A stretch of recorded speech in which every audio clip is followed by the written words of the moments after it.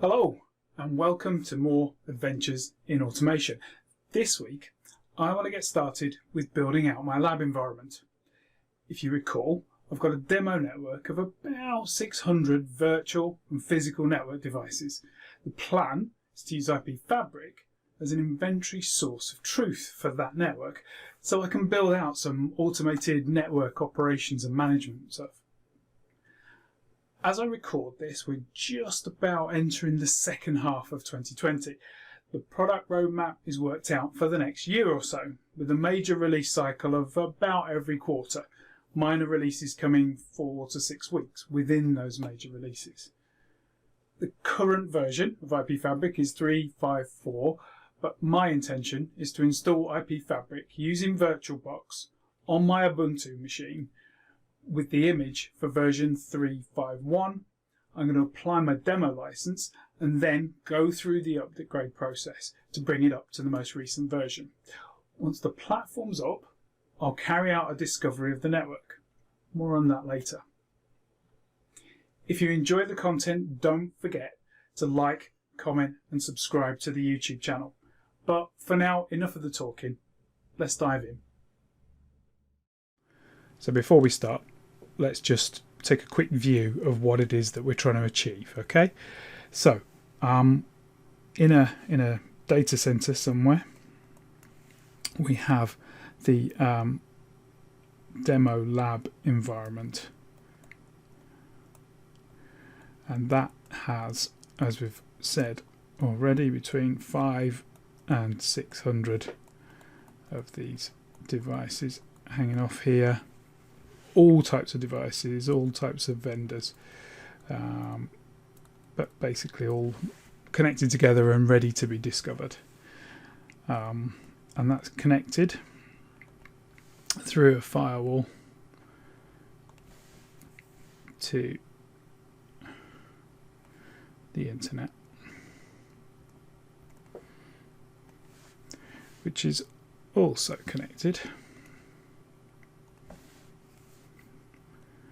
to my home network. And sat on my home network, I have my Ubuntu machine, and we're going to build ourselves an IP Fabric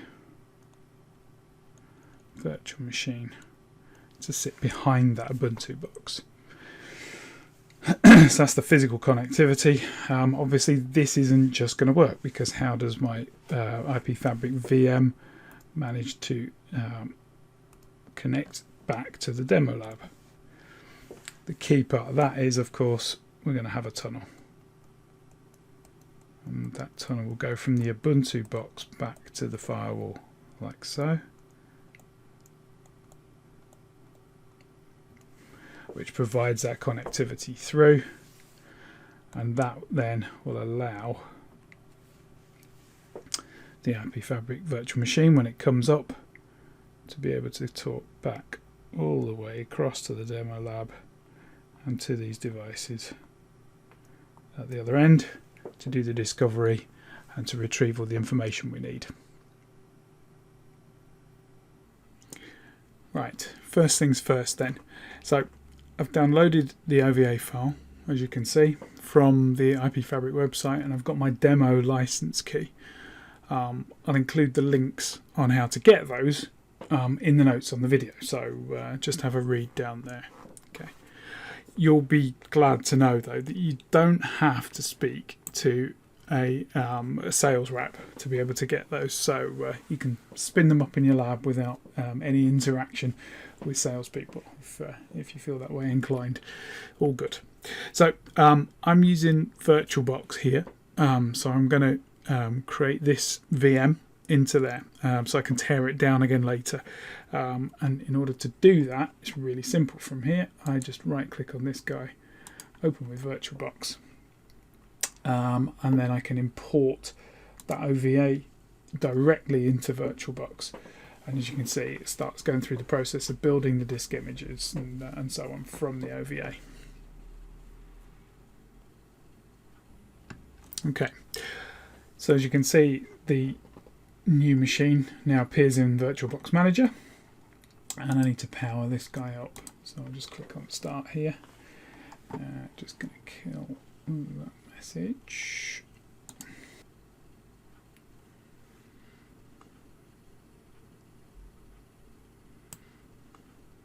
As you can see, a standard, pretty much standard Linux boot process there. So first up, basically we're just going to go through a series of dialogues here to give the system its basic parameters. So in this case, IP Fabric, IP Fabric demo. Not sure what happened there. DNS domain name. Example.com is fine. DHCP, I'm going to use DHCP just because it's on my local network here, so that's absolutely fine for me. So away it goes and gets me an IP address. Once it's done that, we're looking for NTP servers. We don't need NTP particularly, and it's not a requirement for the system necessarily. It's certainly not a requirement for my use of it, so I'm going to skip that for now.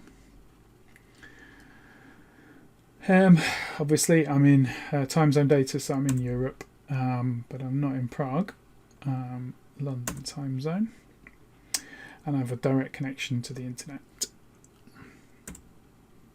So you can see all of these really standard sort of appliance build dialogues at this stage. Nothing fancy to worry about. Big warning here about the OS admin user, and this is probably the key part of this whole stage, is that it's this user account is used for maintenance tasks, including system updates and backup encryption. So don't lose this password. It's absolutely key. So we'll give this password that we'll remember. And with SSL certs, if you want to import signed by SCA type certs, then there's no need to configure certificate parameters now. If you want self-signed certs, you can fill in all the details and configure them directly in the dialog, but I'm going to worry about that later. So I'm going to give that a no. It's going to generate me some keys anyway, and then reboot. And that's it for the first of the wizards. Away it goes, and it's basically built the fundamental appliance. It'll reboot, and when we get back to a prompt, we're then in a position where we can start the GUI.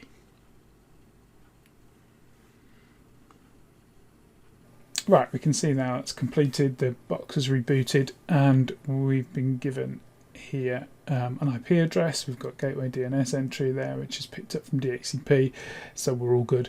We should now be able to access this through the web browser, so we'll give this a try.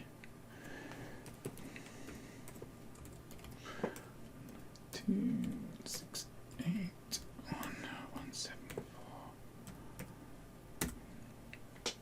And straight away it's a good sign. It's obviously picked up the fact that we've got a self-signed certificate, so let's accept that risk. And there we go. There's a default password, which if you pick that up from the instructions, you should be able to get in, and there we go, we're straight in. We can save those. Now I've already accepted the license agreement, so yeah, you'll probably be presented with that first time round. Just accept the agreement and you're into the configuration wizard, and this is basically what gives us the opportunity to tell IP Fabric about the network that it finds itself in. So things like credentials, things like seed addresses for discoveries, that sort of thing. We're not going to do that right at this moment because we've got a green notification up here that we've got a new update available. So I want to go ahead and do an upgrade. So if I go through the support menu into system administration, I get the warning again. So we go through here, accept that risk again. We're now presented with another login box, but this time we use the OS admin user ID and the password that we defined in the initial build process. And you can see here we get a completely different screen, all about the administration of the box. Click through System Update. It's telling us the system can be updated to version 3.5.4. Now it's obviously called home for that information, and what we can do now is we can just click on Update over Internet. I didn't do a backup because I haven't got anything in there to worry about, so yes, I did a backup, and the system update starts. So let's pause the video for a second, see how we get on, and we'll rejoin when we have some progress. So there you go, you can see now that system update's completed, that it's telling us the system's been updated and the server's about to be restarted, telling us the system is up to date. So if we flick back to VirtualBox, we should be able to see, there we go, that the machine is restarting. And now you can see, right, boom, there we go, it's restarted, that's all good. So we can flip back to this, we can close that. And if we refresh this, hopefully, it tells us the system's up to date. The CPU is busy because it's just sorting itself out. But we can now roll through to back to the rather than the system admin, back into the system itself. It's telling us it's been updated and needs to be refreshed, so we'll refresh that.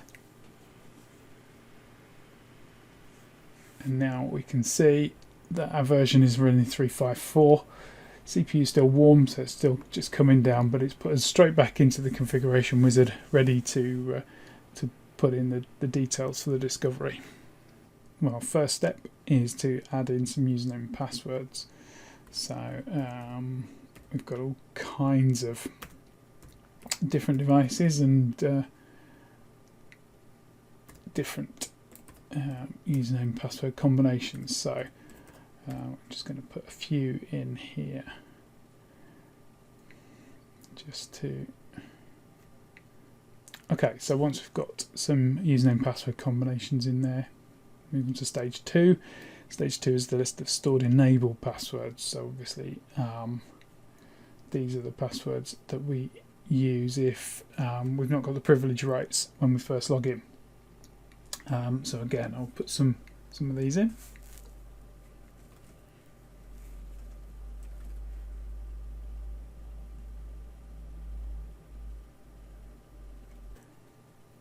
Okay, so once we've entered those enable mode passwords, the next step is to put in a starting point for the discovery. So we can put in IP addresses here or networks. Now typically that will start with the default gateway for IP Fabric, but in our case we're remote from the lab, so I want to start with a device or at least a network that's embedded in the demo lab. So I'm actually going to put in a couple here just to make sure that we get started where I want us to be. Okay. So here we can include or exclude networks from the discovery. In my case, I don't really want to exclude anything other than the network that I'm sat on right now. So I'm going to just add that one in to exclude, but everything else is to be discovered. Okay, the CLI settings, I mean, these are just standard settings here. One thing we do find sometimes that the login timeouts need to be increased, as will the session timeouts potentially. If a command takes a long time to respond, then a standard 10-second network session timeout isn't going to necessarily give you what you want. Occasionally we get authentication failures as well, so let's allow that to go through there. You'll notice here we're allowing using Telnet. Typically we try SSH first, but if Telnet's available and SSH doesn't work, then we'll give that a go. Vendor API, this is if you're adding in Meraki discovery or discovery of any other platform that needs APIs such as the cloud connectivity. When that becomes available, that'll be able to be entered into here. Configuration management, this is basically around the actual config retrieval from the devices. Essentially, we schedule it daily, but there are other ways of doing that. For example, you can, if you send syslog to the IP Fabric device, you can actually trigger retrieval of the configuration management. So site separation is around how we categorize devices into sites for the diagramming primarily. We can use a number of different mechanisms, one of which is to see if there's a firewall at the edge of the site. Another might be IP address summarization, or the point at which a switching domain ends and a routing domain begins. All kinds of manners of ways of doing it based on our experience. The main one that we find gets used is to do with host names and using a regex based on that host name, because often the host name includes the site number in there. So the one in particular I'm going to use here is a regex one. I'm just going to put the expression in here, and then we'll crack on.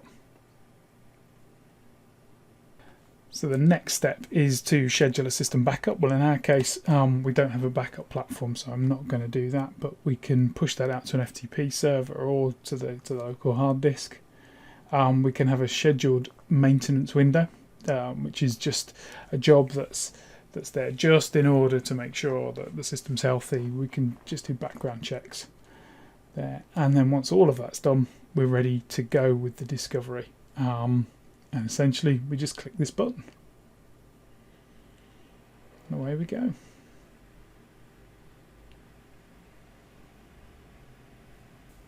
And as you can see, straight away we're off looking at networks and addresses on those networks and seeing where they take us. So I'm going to pause the video again and we'll catch up once we've got a bit more to look at.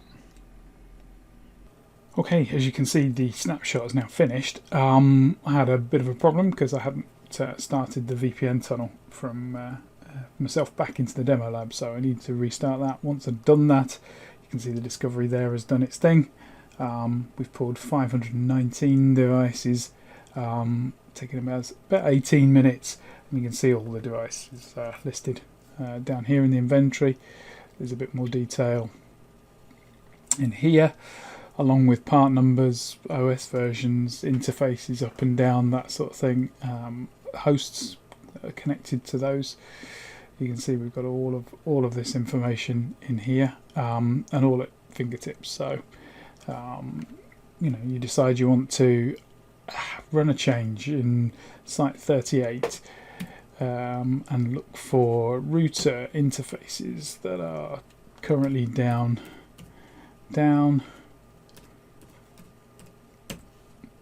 Boom, you've got 3 interfaces there you can go at to make that change. That sort of information readily available instantly. You've got diagrams, which if you've seen the product before, you'll know all about these. Show a diagram. You can see here this one has been it's completely dynamic. You move it around as much as you like, and what you're seeing here, the green connections are physical connections, the blue ones are layer 2, the purple ones are layer 3. If I show you the tab, you can see those, and if you split these out, you can see those separately there listed out, so you can see where there are routing table entries in pink, where there are OSPF relationships, and where there are BGP relationships. See all those independently. You've also got the ability to search for anything you might be interested in. So for example, if you want to see everywhere where VLAN 110 is defined, you can select the summary per site, and then if you click through the number of devices Here it'll show you all the devices where VLAN 110 is defined. So you've got access to all of these different operated technologies, all at the click of a button. Okay, well, I hope that's been useful. I'm certainly impressed with the ease of installation, and that discovery process is very efficient. Join me next time when I'm going to start looking at how we get data out of the platform. Don't forget to subscribe to the channel and click on the notification bell so you don't miss future videos. See you soon.